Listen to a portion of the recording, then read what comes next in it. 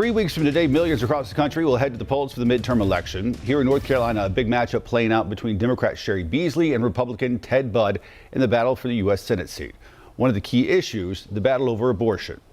Recent polling showing folks in North Carolina support a law banning abortion at 20 weeks, but are more divided on whether further restrictions are needed. In an interview with WCNC Charlotte, Budd clarifying his position, saying his focus is on protecting all life, no matter what. Much rather it be like what the Supreme Court said, that it needs to go back to the states. Any exceptions for life of mother, rape? I'm pro-life, and I have been long before politics, and I've always been about supporting life, including the life of the mother. Exception for rape? About the life of the mother. The Senate race here in North Carolina could end up deciding who controls the U.S. Senate. It all comes as early voting kicks off here in North Carolina on Thursday. Wake Up Charlotte's Bree Jackson takes us through the flurry of the final 3 weeks of campaigns nationwide. Ben, attacks were flying last night as candidates in tight state and federal races hit the debate stage, sparring over key issues like inflation and abortion.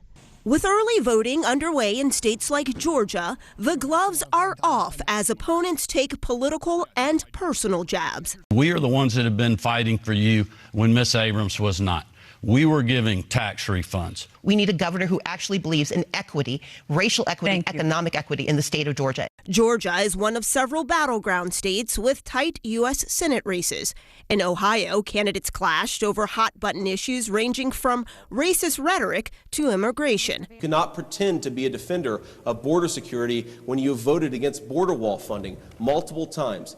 I disagree with President Biden when he's talking about relaxing some of the regulations down on the border. Midterms are often seen as a referendum on the party in power. Some Republican candidates are using that to their advantage, blaming President Biden and Democrats for the higher prices Americans face, from the gas pump to groceries.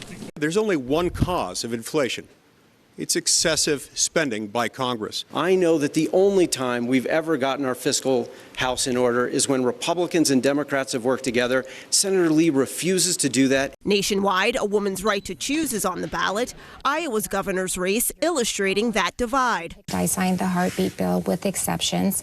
It got enjoined with the ruling on Roe v. Wade. Now the fight is in the state's hands, and so we have to defend it right here in the state. The fight for control of state legislatures and Congress is at stake, with polls showing the economy is what's top of mind for voters. President Biden returns to the campaign trail Thursday. That's when he'll travel to Pennsylvania to support U.S. Senate candidate John Fetterman, who's locked in a close race with Republican candidate Dr. Mehmet Oz. In Washington, I'm Bree Jackson for Wake Up Charlotte.